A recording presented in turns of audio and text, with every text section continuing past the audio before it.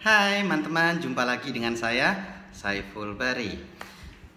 Sabtu kemarin, kalau nggak salah siang menjelang sore, saya sudah membuat tutorial gimana caranya membuat espresso secara manual tanpa menggunakan mesin espresso yang mahal.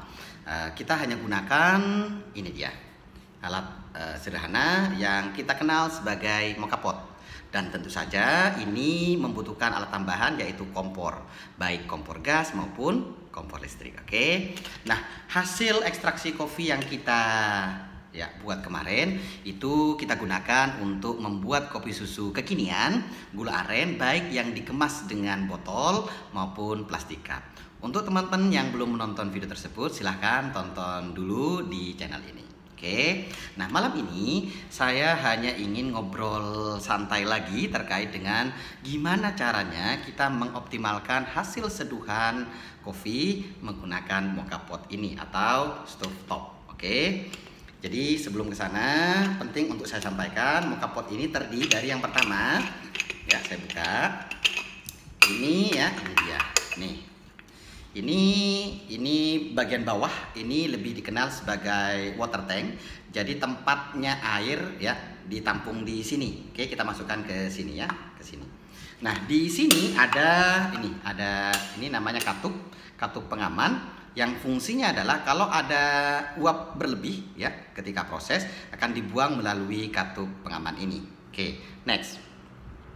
Berikutnya ada ini tempat kopinya, basketnya, filter basket. Jadi kopi yang kita akan gunakan dimasukkan di sini.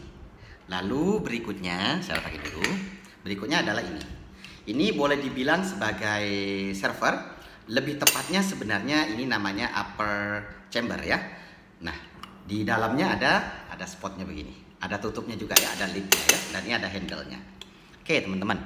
Untuk teman-teman yang belum memiliki moka pot dan berencana ingin membeli gitu ya, mumpung ini ya nggak salah beli gitu.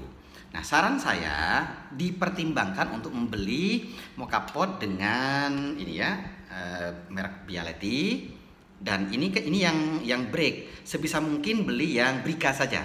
Oke, jadi saran saya beli moka pot Bialetti yang Brika. Oke, kenapa? Karena untuk moka pot yang Bialetti Brika tadi biasanya di bagian sini ini dilengkapi dengan tutup. Nah, semacam katup penahan yang bisa menahan tekanan sedikit lebih lama supaya ekstraksi kopi yang keluar lebih maksimal. Nah, karena itulah ya hasil ekstraksi moka pot yang Brika, Bialetti Brika itu biasanya cenderung memiliki krema yang lebih banyak dan lebih halus. Lalu kemudian biasanya nih cita rasa yang dihasilkan juga lebih intens, jadi intensitasnya lebih tinggi dan viskositasnya itu cenderung lebih strong jika dibandingkan dengan moka pot yang lainnya. Tapi ini bukan iklan, silahkan teman-teman pertimbangkan sendiri. Ini hanya berdasarkan pengalaman dan sharing dengan teman-teman yang lain. Oke, seperti itu ya singkatnya. Nah, teman-teman, untuk memaksimalkan hasil seduhan kita menggunakan alat moka pot tadi, baik ya mau diminum sebagai black coffee maupun espresso misalnya ya, espresso kompor, maupun dicampurkan dengan susu seperti contohnya adalah kopi susu kekinian gitu ya. Sebaiknya dipertimbangkan juga nanti antara dosnya gitu ya, waternya dan yieldnya. Oke, nanti kita akan bahas lebih detail soal itu ya. Karena biasanya begini, hasil ekstraksi manual espresso yang tidak menggunakan mesin espresso atau espresso machines itu biasanya cenderung untuk taktualnya. Jadi taktual itu adalah bobot, tekstur dan finish dari espresso yang dihasilkan cenderung lebih ringan. Nah, kalau yang dimau ya untuk taktual ini ya, untuk bobot, tekstur dan finish yang dimau nih itu lebih ke full, round and smooth finish. Nah, rata-rata alat manual yang mengklaim dirinya sebagai pembuat espresso itu lebih ringan dibandingkan mesin espresso. Jadi ini harus diakalin supaya nanti hasilnya sesuai dengan keinginan. Nah, teman-teman, di sini saya sudah menyiapkan catatan kecil tentang apa saja yang bisa kita lakukan supaya hasil seduhan kita menggunakan mocha pot ini lebih better ya dari waktu ke waktu. Oke, yang pertama saran saya adalah gunakan kopi yang fresh. Nah, yang fresh ini tentu saja adalah kopi yang sudah melalui fase resting. Oke, jadi bukan yang kopi baru di roasting langsung dipakai ya, tapi kopi yang sudah melalui fase resting. Jadi bukan kopi yang sudah lama juga gitu ya, yang sudah older gitu. Oke, tolong dicatat, kopinya disarankan yang fresh dan sudah melalui proses resting, tidak older. Dan bahkan sebaiknya peak ya, peaknya itu puncak-puncaknya kopi itu optimal, saat itulah kita seduh. Oke, yang kedua, grind size. Nah, grind size ini harus tepat. Oke, kemarin saya sarankan untuk teksturnya itu menyerupai tepung ke garam dapur halus. Atau ketika dipegang ya kerasa ya tepungnya, kerasa juga garam dapurnya yang halus tadi. Jadi nggak semuanya lengket, tapi nggak semuanya kasar. Kira-kira sedikit lebih kasar dibandingkan espresso grind size. Tapi tetap ini masih dihitung sebagai halus. Oke, seperti itu ya. Untuk grind size jangan sampai salah pemilihannya. Oke, next. Dose, water, and ini ya apa namanya yieldnya atau hasilnya itu juga menjadi pertimbangan, disesuaikan dengan brew ratio dan ukuran ya, ukuran mocha potnya. Ini kan ada ukurannya ya, misalnya Brika itu ada ukuran yang 2 cup dan ada ukuran yang 4 cup.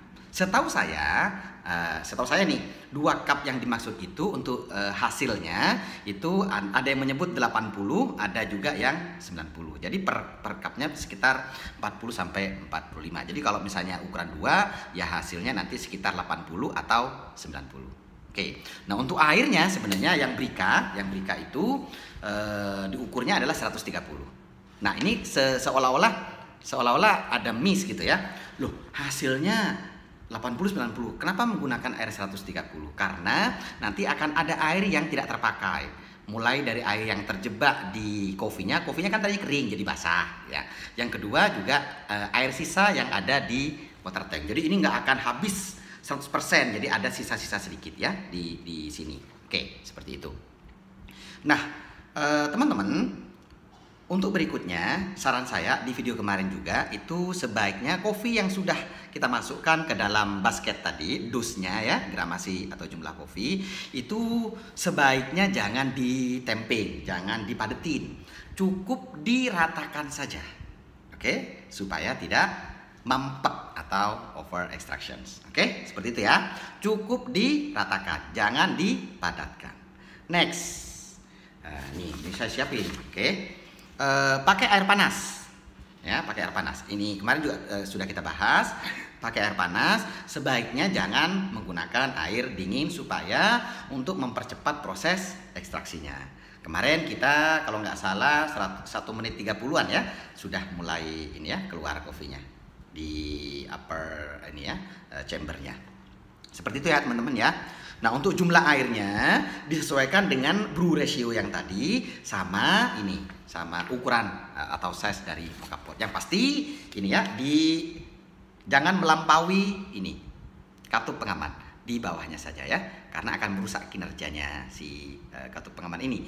Ini kan kalau ada uap berlebih akan dibuang di sini ya. Oke, seperti itu. Oke, next. Tip lainnya adalah untuk pemanasannya ya, sumber panasnya ya, apinya misalnya atau yang lainnya gitu ya, itu sebaiknya pastikan dari bawah, dari sini, area sini. Ada ya yang menggunakan kompor gas misalnya, api itu sampai ke luar-luar sini. Nah, untuk saran saya, ini pengalaman saya nih, ini cukup di bagian bawah saja. Oke. Nah, untuk kompor tidak harus kompor ini ya, kompor gas ya, bisa juga menggunakan kompor listrik. Kalau teman-teman mau mencoba menggunakan kompor induksi, dicoba dulu. Takutnya ini ya nggak bisa gitu, nggak kebaca, makanya begitu ya. Seperti itu teman-teman. Nah, untuk batas maksimal air sudah disampaikan tadi di sini. Jangan melebihi katup pengamannya. Begitu ya teman-teman ya. Nah, next ini supaya tidak ada yang kelewatan gitu. Untuk berikutnya, sarannya adalah stop ekstraksi ketika mulai terdengar bunyi hiss atau bunyi ces gitu ya. Jadi nanti biasanya ketika proses ini dibuka saja ininya ya. Kita akan pantau ya di sini nih. Ini pemandangan yang cantik sebenarnya, jangan dilewatkan gitu. Ketika kopi ya diekstrak keluar dari sini gitu ya. Apalagi yang ada tadi ada katup penahannya gitu ya, yang brika. Nah, itu kita bisa melihat visualnya ya, yang tadinya agak gelap terus kemudian cenderung ini ya coklat, cenderung ke gold, lalu ke yellow dan seterusnya. Lama-lama ini ada uap, ada udara keluar dari sini. Nah, itu biasa ada bunyi berhenti ya, stop ekstraksi ketika sudah mulai ada bunyi itu atau sebelumnya bahkan, supaya hasil seduhan kita optimal.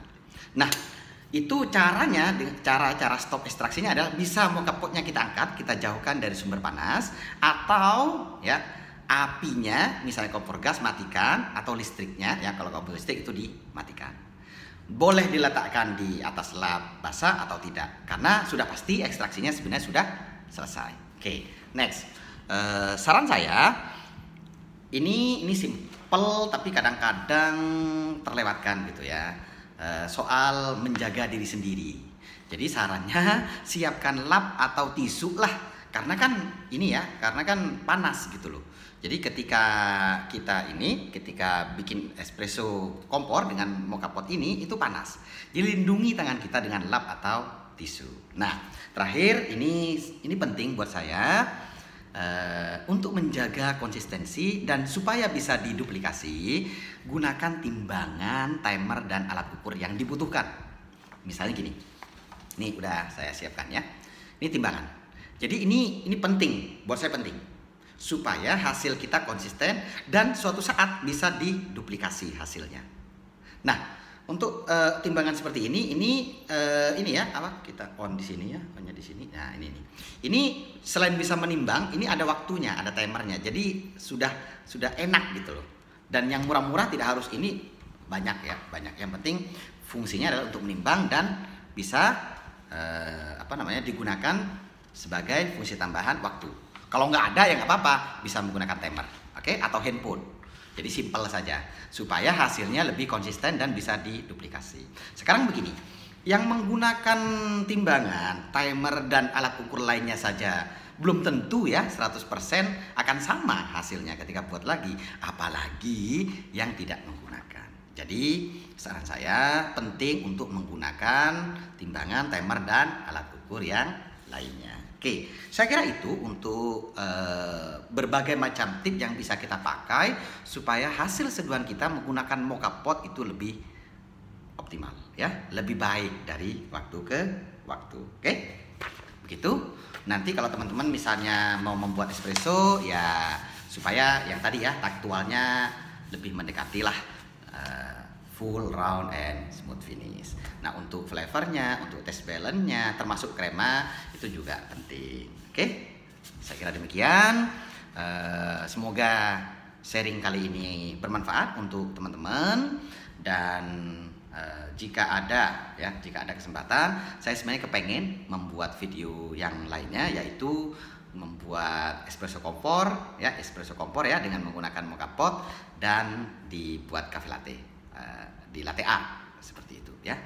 Oke, sampai jumpa di next video ya. Semoga bermanfaat. Terima kasih.